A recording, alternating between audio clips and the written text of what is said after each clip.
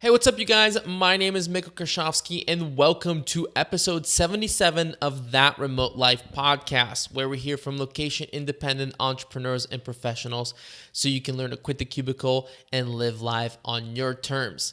I have a very fun episode for you guys today because my guest is none other than my dad, Doychin Karshovski. My dad has been working as a personal trainer in Cincinnati, Ohio for over a decade now. But I wanted to have him on the podcast because over the last few years, he has started transitioning his business to working remotely and even being able to work with his clients while traveling as a digital nomad. In this episode, you will hear about what made my dad decide to start working online with his clients, the benefits it has made to his business, and how COVID has, in many ways, impacted and in some ways even improved his business. Like I said, this was a really fun episode to record, and you will even get a little bit of background into my transition from working as a lifeguard to then working online and how my parents felt about it and how they kind of handled that transition and their son sort of leaving and doing this crazy thing as working online and traveling the world. But before we dive into the interview, please consider leaving us an honest review on Apple Podcasts or wherever you listen to podcasts. It is the best way to support this show, and I love reading the comments and reviews. It's a really great insight into what you guys enjoy about this show, so that I can make sure to focus and do more of that.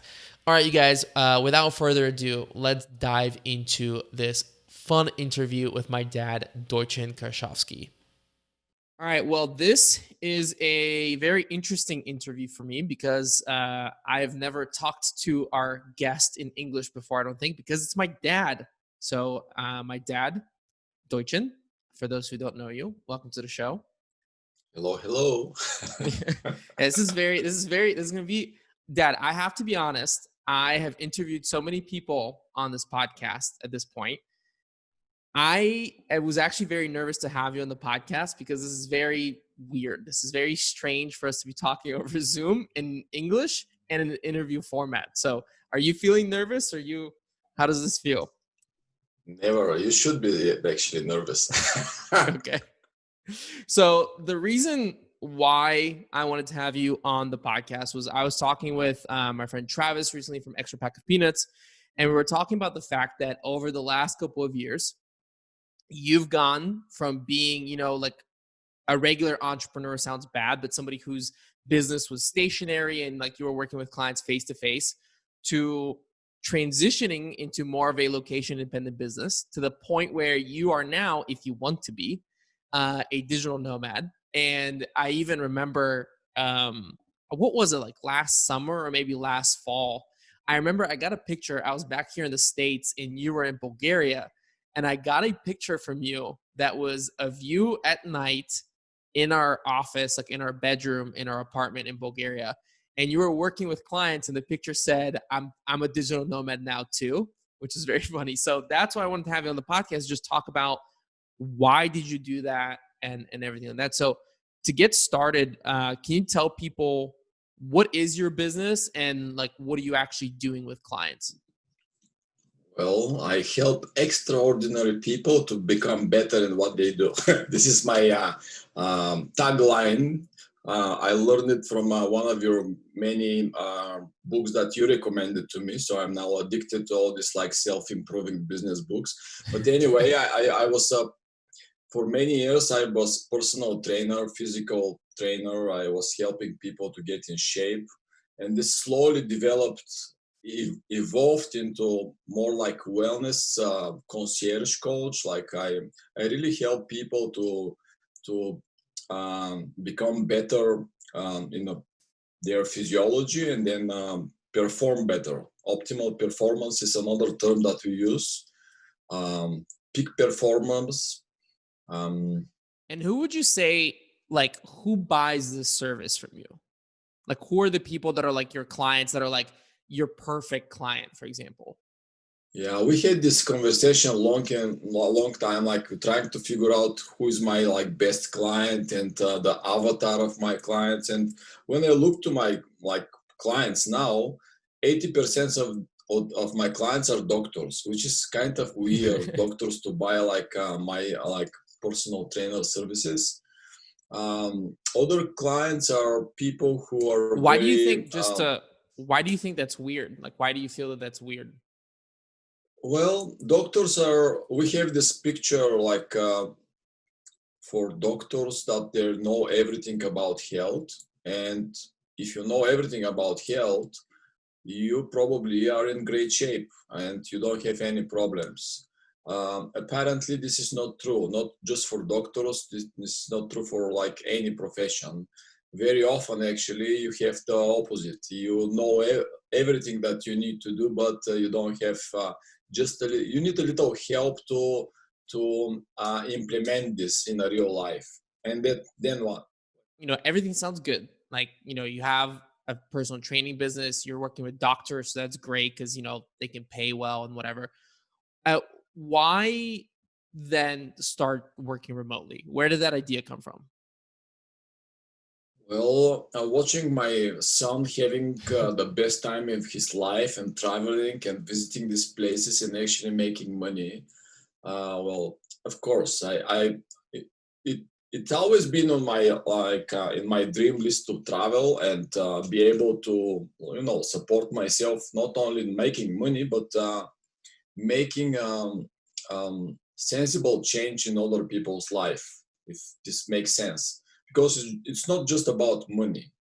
You can probably like sail, I would love to sail around the world, and you can work in every port and make money and sell to the next port. This is not something that I'm looking for, but to be able to be engaged in a meaningful way and to be able to not be connected to one place, like kind of anchored to somewhere that you need to be. And first, technology. Actually, yesterday I was thinking about when was the first kind of glimpse to the remote work for me. And it was back in maybe 1998 or 99 when Lele Chefi, our friends that were already here, they sent me Here in the this, US. yeah, in the laptop. And oh my gosh, that was my baby. I basically almost like slept with it. And it now, if you look back, it was probably eight RAM memory or something like that. The internet back then was a dial-up. It was and then there was nothing on the internet. There was no Google. There was no like any search machines. But still, this laptop that you can take and actually type. Back then, I was working in my own foundation. You remember that time, and most of my work was to write stuff, to type stuff, like technically. And the thing that you can actually have your typing machines everywhere in your backpack if you want to, was like a new way of looking at your like office even. I remember many days I wouldn't even go to the office because I have my laptop with me. And even if you stay home or you go somewhere, and at one of my sailing trips, I had my laptop and I was able to connect to internet and communicate with people and colleagues, and that was wow, I can do this. And then one year I remember very well. Uh, we were in Turkey in one of the sailing ports, and next to us there's this nice big expensive yacht coming, and there's one guy there, and he hooked up everything, like set up a little dinner for himself, then opened the laptop, did something like a job, probably like in finances, I was imagining, and then he just put everything down and fell asleep, and next day he was gone. And I said, oh my gosh, this is like, I want this is my future life, I want this to happen. So I'm still working on that. So that's funny because I don't remember you. I remember that laptop and I remember what you Yeah, did in Bulgaria, but I don't remember like you're digital nomading before it was even a thing back in the 90s with, yeah. with the originals. So that's very cool. So you mentioned uh the fact that I started doing this and I started like working Mm. online and sort of traveling. And this is diverting a little bit from the conversation, but I think it's interesting for people to hear because a lot of the people that are listening did what I did, um, or plan on doing it. What did you think when I came and I said, "Hey, this is what I want to do"? Like as a father, what was your response to that? What were you thinking at the time? Well, my first thing, like my first thought was about your mom, of course. I said, "Oh my gosh, how are we gonna tell this to Danny? Like, how are we gonna tell your mom about this?" It wasn't at all about like, is it like right or wrong, or should I like give you my opinion? It was like, how we gonna, because you know your mom is always behind you and supports you, but she's the one that has this like worry nature. What will happen? This is not the nature way. He should get degree, and we had this conversation many times with her, and I think I kind of we both actually tricked her into this because we said you're taking a year off, which Yeah, is because very you're common. talking what you're talking about here is not me deciding to be a digital nomad. You're talking about when I decided to quit college, which was Well, a big, yeah. actually I mean, started it there. started Everything there. started. Yeah. You didn't know where you're going, but Right. from knowing you and knowing myself, I probably gave you that kind of virus of not staying on one place. So, And so it's your fault. I can blame it on you from now on. I can all just right, I'll take it. I'll take the credit. So, but I remember when you were after you quit and you started, you know, like your company, and then you struggle with that, and um, when you actually when you were working at that swimming pool, the swim Mhm. safe, Yeah, I used and to. I So for people who don't know, I used to work as a lifeguard. So I quit college and I was trying to do. I was working in like the startup scene here locally in Cincinnati, and to support myself while trying to run a company, I was working as a lifeguard. So that's kind of the background. so and you were going to the pool like at 4 5 a.m, and at that point we sold your car and I was taking you there, and we had this like very long conversation on the way to the pool, remember? And I remember one day I asked you how much money you make in this swimming pool, and you told Mhm. me, I said, okay, why don't you just like, you know, start working for me for the same money, and you can do actually whatever like your like passion is, like more, it's way closer than the swimming pool, because I was struggling with my website and my SEO style, actually words that I didn't know back then. So then you gave me that freaking virus with all this like internet and Facebook thing and posting and Instagram, and I now when you're going, you know, on your own way, I need to deal with all this on myself. But yeah, I remember when you um, traveling and working is perfect. It's great, and the world is so like you know amazing. And I would love everybody to discover it, because I think when you discover the world, you become better person. When you're a better person, you create better world. So that's kind of a connection.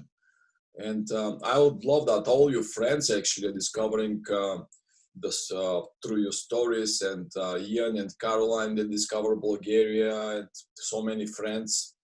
Yeah, I'm excited about your lifestyle, and What was the first step that you took? You decided, you got interested to start, working remotely. Like, what was the thing? Like, was it just the fact that we were doing it, or was there something else that made you want to start working with clients remotely? I think one of my clients is very far away, like maybe 45 minutes from where I live, and he was the first that asked for a remote session, and we started doing this, and it works for both parties very well, because his sessions were usually less than an hour, and I was traveling 30 minutes one direction. So if you make the math, I'm traveling 1 hour and working 40 minutes, and then I got paid for like, you know, 30 minutes. And then I saw that actually it's it's working. Many things are not available when you're not there. But for especially for people who have been with me for years, I already know how to direct them. They know the good form of the exercises, and with my physical presence there, it's not significant change. And when the coronavirus hit, they were ready to go all remotely. That I'm very thankful. All my clients basically they went full time remotely the moment the coronavirus hit, and probably that happened with many other like personal trainers. When your clients know you and you know them, it's very easy to do the transition. And now with the new service that I'm creating, it's basically the whole new service is based on remote. And we talked about this many times. The mastermind groups, actually the idea came from everything that I learned from your circle, from people on your podcast or podcast that I'm listening to, or I've been to another mastermind group. So this is a great idea. I can use this in my world. So now I have mastermind groups, and people all over the world are participating, and I'm helping them to become better in their lives, not just physical exercises. Just I discovered it's more important to have habits, good healthy habits in your life, than to do like a very heavy session 1 hour in the gym. Yeah. So I want to touch a little bit because you brought it up, and I was curious about this beforehand about the coronavirus, because obviously it shifted a lot of things in many industries into being more like remote friendly. But was that the thing that before the coronavirus happened, were you already trying to push the business into being all remote, and then that kind of sealed it? Or was the coronavirus the thing that kind of triggered moving everybody into like a remote client? I think when the coronavirus hit and we said, okay, we're gonna stay home, keep the social distancing, I kind of count all my clients that at that point wasn't just one or maybe two or three that were remotely.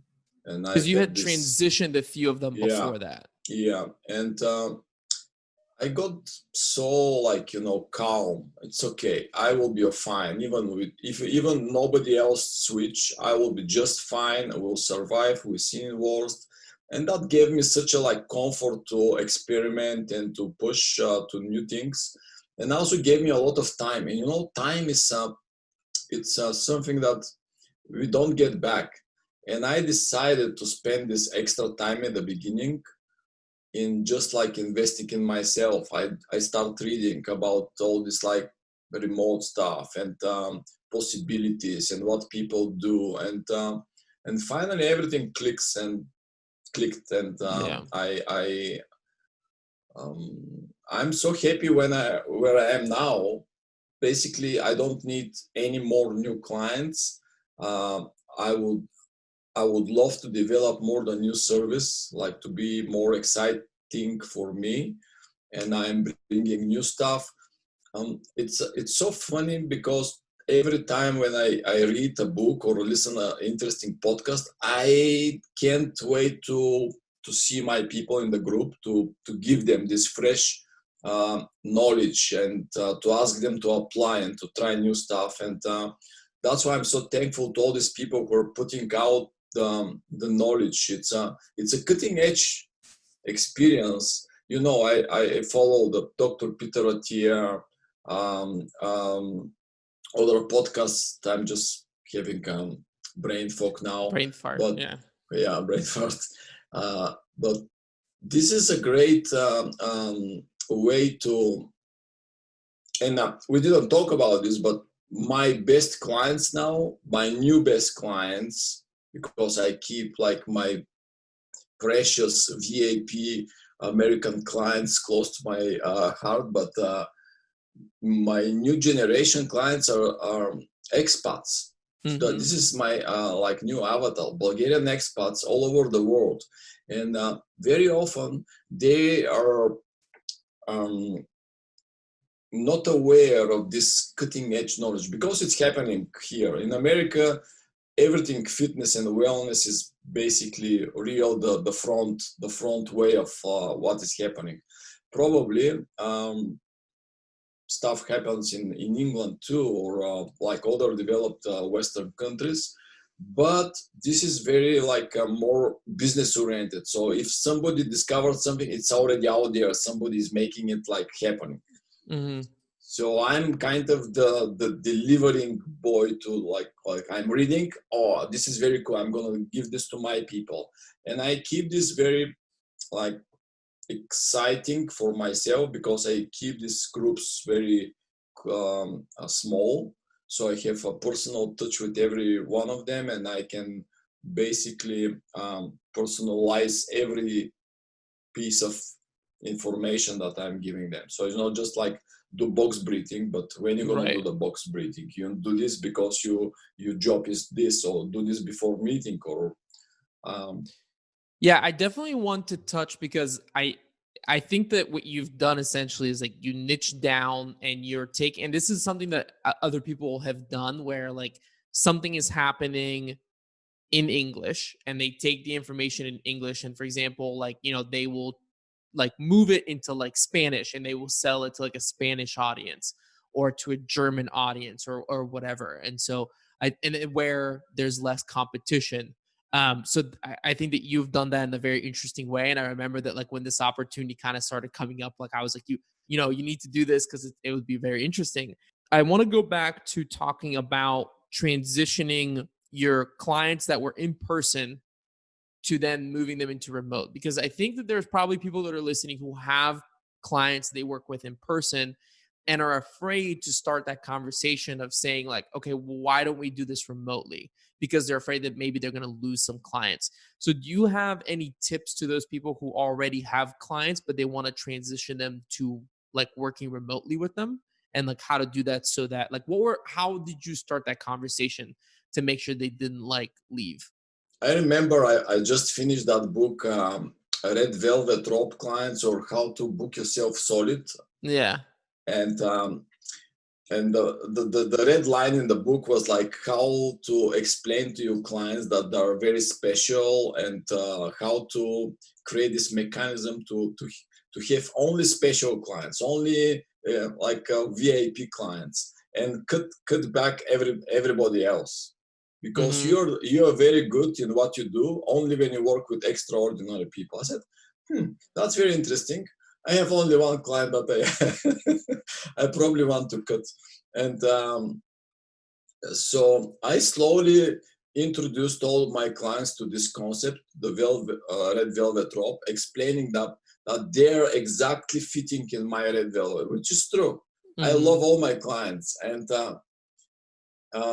when the time came, I said, okay, you know what? You're my red velvet rope client, but we need to change. We need to switch to this because, life happens, and it's probably for a short period, but we need to test this. So it's basically the same thing that you did to me and your mom when you were quitting college. So I said, it's going to be temporary. And same service, same quality, new experience. And I always trying to point the benefits after every session. See, you're now at home. You didn't see it's, and Mm. I cut down the sessions to 30 minutes because 30 minutes is kind of very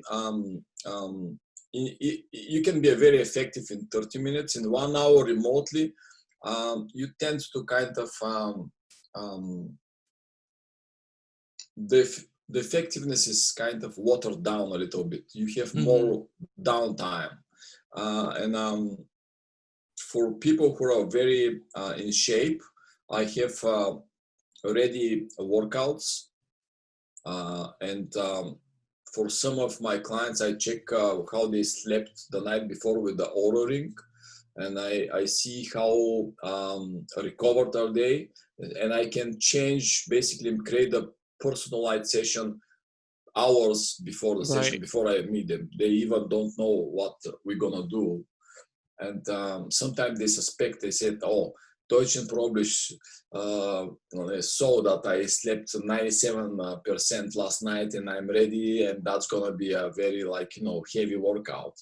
And So yeah, that's a perfect transition into talking about technology, because you can't be a digital nomad without the digital point, right? Which is the technology. So in what way has technology impacted, like how does technology tie into everything that you do? How do you do the sessions? What are the sort of like the tech, like the Uber Ring, that you use to interact with clients? yeah. Well, I'm technology guy. I bought all the little gadgets that they can give you a little biofeedback about your heart rate, HRV, heart rate variability, all the new cool stuff that helps me have better informed decision what I need to offer as a service, and what kind of help you need. And before that, it was all intuition and experience, and now this is probably my service didn't change too much as what I deliver, but what changes the things that I can actually show you how my help is changing you in positive way. For Mm, example, if I give you an exercise to breathe, and I can show you how your HRV change before and after, this is a perfect way to motivate you to use this technique or this exercise when you need it. mhm.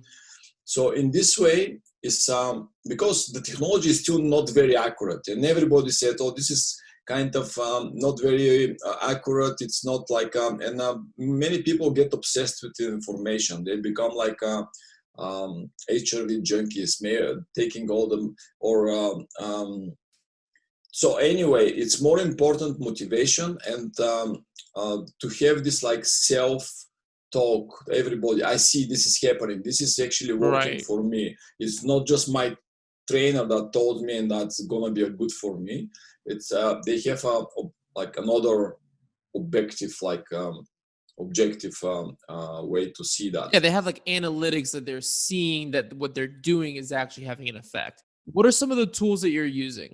Yeah, so I'm using mostly the Aura Ring for tracking the sleep, tracking breathing patterns during the night, and temperature. So this is the only device so far that has the temperature sensor.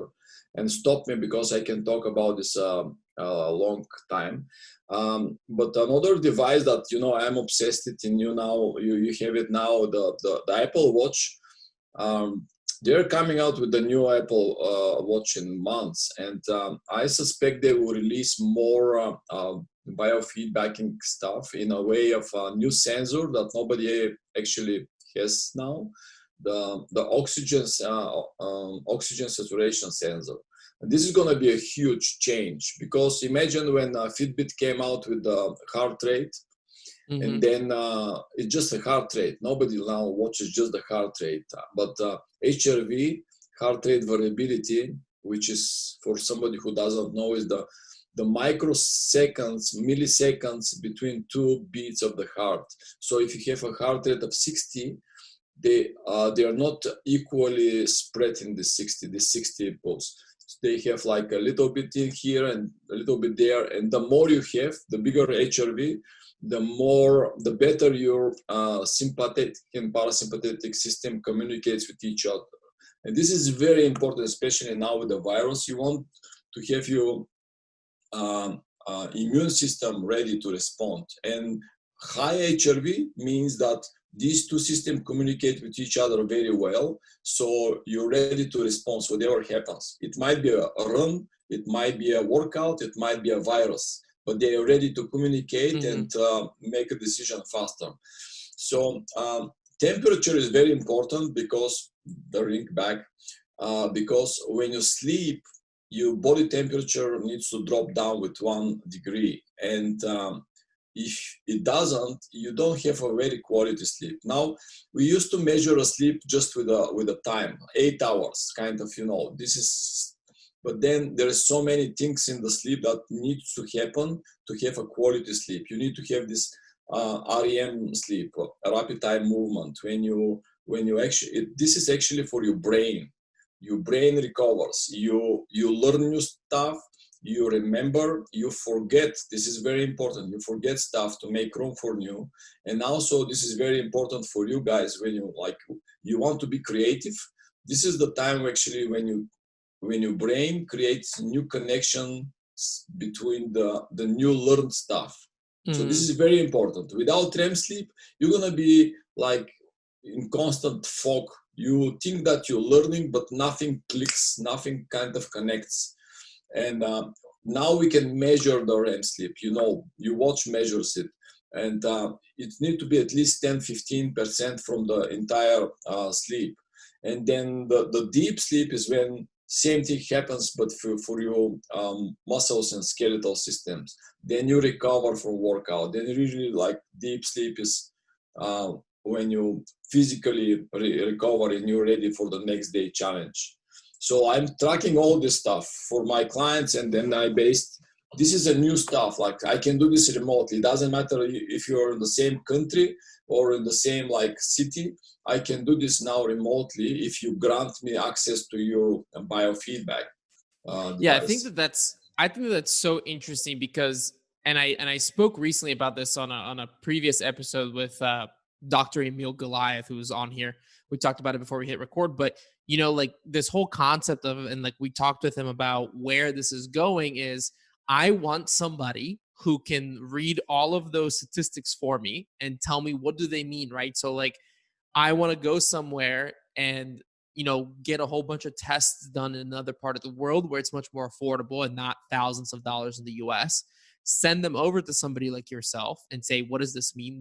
How does this affect my workout? What do I need to do? Because I mean, I'm not an athlete anymore, but in a lot of ways, what I do every day does take some of that, like, you need to be at peak performance in order to like, when I have to record like 3 videos back to back, like it takes a lot of energy. So I need like that sleep. Um, how do you actually do everything with clients, like the workouts? Like, do you use Zoom? Like, what is some of like, I don't know if you've ever heard the term before, like tech snack.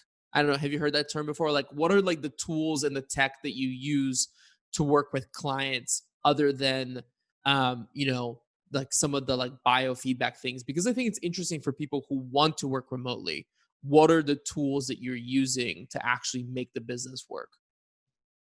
Yeah. So the first part of your question was about the variety of information, and this is a nightmare even for me that I'm kind of reading and learning everything the way it like they discover it. It's a nightmare to have all this information, and uh, probably most of the experts don't know what to do with the information. For example, HRV has so many underlying signals, and they're so um, difficult to understand. I can't connect them with something in my life, and this is very important to connect data to something that you're doing. For example, good sleep, better HRV. That's okay. That's already, we create this relationship already. But there is so many like high frequency, low frequency waves, and I'm very careful with the information I'm giving back to my clients, because I don't want to kind of overload them with data and they get obsessed with data but don't know what to do, or become demotivated to do stuff. And that's why I kind of I act as a filter. Like, give me all your data, I will tell you what to do. Like, just like I'll give you an act, a simple act. Do this. That's it. Don't worry about the data. Do this. And probably for some time it's gonna be like this. And I admit most of the time it's my intuition that's in play. It goes back years of my experience, and now with the new data, sometimes just improve my decision. But to go back to the end of the question, we use Zoom. For some reasons, people in Europe hate Zoom, and with them I tried different Facebook rooms, the Google service, I forgot the name, Google Hangouts, yeah, which is the worst. Yeah. The point is, I can do whatever is comfortable for my clients. I try not to get too much obsessed with technology, but the different thing with my service than other services remotely is that my clients need to have some equipment if you're gonna work out. For example, if it's not breathing exercise or meditation, or I'm helping them with the day-to-day like budget, not budget, but healthy habits creation, then we need to have equipment. And usually when I start with a new client, I said, okay, you're gonna need an exercise ball, one of these big balls that you inflate.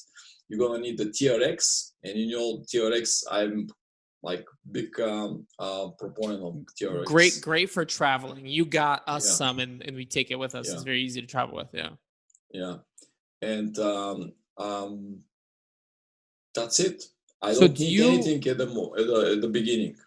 When you get a client, do you kind of like buy that for them and like ship it to them? No.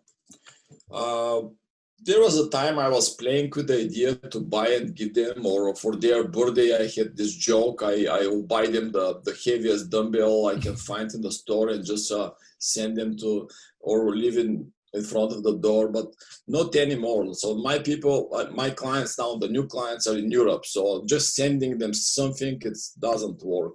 And they have Amazon in Europe. They can order it from there. There are different brands, and it's just a hassle. But when I send them a link, they can research, or sometimes I consult them what to buy. They want to buy something, they send me or whatever, and then I research and I say this is a better thing, or I give them some of points of view that they haven't thought about. So, in kind of wrapping up, where do you see, where do you want your business to go in terms of like this? You're now remote, all of your clients are remote. Where do you want to take this? Like, do you want to keep going in this direction? Do you want to kind of like build out the business to be remote, and like just kind of like, where do you want this to go? That's a very interesting question, and I keep thinking about this probably 2-3 hours every week at least. And I discovered in my life that and actually I can see now in the business books that you're reading and I'm reading, that when you have a new idea or a new company, there's this excitement that really brings you up, and you're like going up, and then there's a flat line, and there's probably a first problem in going down. And I know the process. I expect this to happen, and I'm looking for the new excitement. And I learned not to be guilty about this, and because it's a spiral thing. You're either going up or down. You never stay in one place. And I think if you have the feeling that you're going up, you're good. And I think for myself is very important, and for your mom, to have this good quality family time for ourselves, and for you guys to come over and visit, or probably follow you somewhere. And translating into business, this means no more than 25-30 hours work in a week maximum. It doesn't matter where. And this can happen remotely, like if I work remotely, because I figure out I need these extra hours for me to dream, to just like daydream if you want. But there is a time that meditation is very important part of my life now. And I think everybody who works with many people, even remotely, and spend time in a computer, need to kind of include form of meditation, or at least breathing exercises to clean yourself. This is the daily way of REM sleep. if you want. Meditation is just like you clean up your brain, you move to the next task. If you have 3 interviews a day, we talked about this, you probably need to meditate between the 3 persons to be ready to be to give them your best. So what about like, how do you see, because for the audience that doesn't know, you guys just bought like an RV, like a caravan, so are you gonna go fully on the road and be like a remote from that? Like, how do you, like, where do you see the digital nomad part of all of this fitting into your life, or do you not see it fitting into it fully? Well, right now, your mom is the only non-digital nomadic I know. Don't remind person. her. Yeah. Yes, and she's holding me back as an anchor. I would love to take the RV and start traveling. I want to see the national parks, and I already bought, of course, the mobile internet. So I'm prepared for this, and we definitely will try to work on the road, and this is a step closer to my dream to sail and work, and RV in some kind of in a way a sailboat on the road. Yeah, So you're we will scratching the see. itch. Yeah. Yeah, we're kind of testing each other to see how we can work in this close Environment. environment, and we not necessarily like to be around people, and now RV parks, like the ports of the boat, are created in a way that you're very close to each other, Mhm. and this is something that we want to avoid. And also traveling with the RV is a stressful part. um, a sailing between ports, it's actually very relaxing. So Yeah. this is very interesting, like if you compare both experiences. But yeah, I would love to this year to do at least one long trip and work. And your mom she will try to do the same. She can, but the Yeah. circumstances.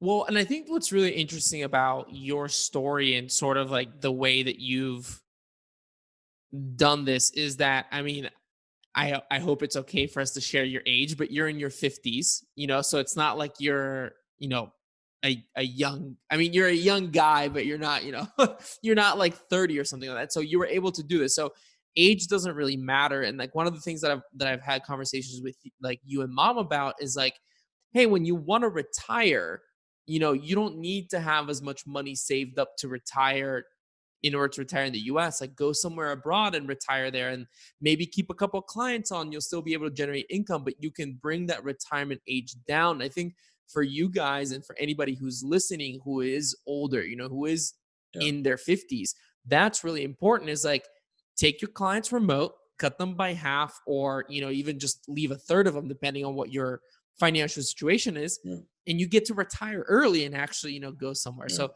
I think that sort of geo arbitrage with remote work for you guys is really important. um but Dad, I gotta say thank you so much for coming on. This was, like I said, this was interesting for me. I hope you had fun, and this was a requested episode, so I hope that people enjoyed kind of getting to hear a little bit of like a background of like what's going on with like me, how everything happened, and like how you transitioned your business. So Yeah. what is your website if people want to go and check it out, and to kind of like see if they want to maybe become a client or something like that? What is the website? Well, I have this karma to have a very unique name. So if you type my name, they probably will discover me. The same Just family like name, me. Yeah. yeah, and Doychin. And actually, I bought Doychin.com, and very soon there will be a brand new website there. But my current website is I want the number 2 gofit.com, and Yeah, I'll have all of the links will be on the links website. under, So yeah. there you And go. You're I'm gonna get proudly wearing the t-shirt that you gave me, and your mom, look at this. This is that's right. Your age. You're my displaying age. it. No, it's not my.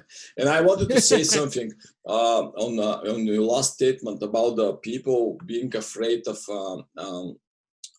Actually, you can live to 100 years now, and doing that, you can have many different careers. You need to mentally prepare for this. So don't think about retirement, think about different careers. So I'm not thinking about retirement. If I invest wisely in my health, I have the opportunity to have at least two different careers from now on. And they don't necessarily need to be connected to fitness personal trainer like I started this 12 years ago, right? Mm. So this is a mentality that it's coming with what technology allows us to do now.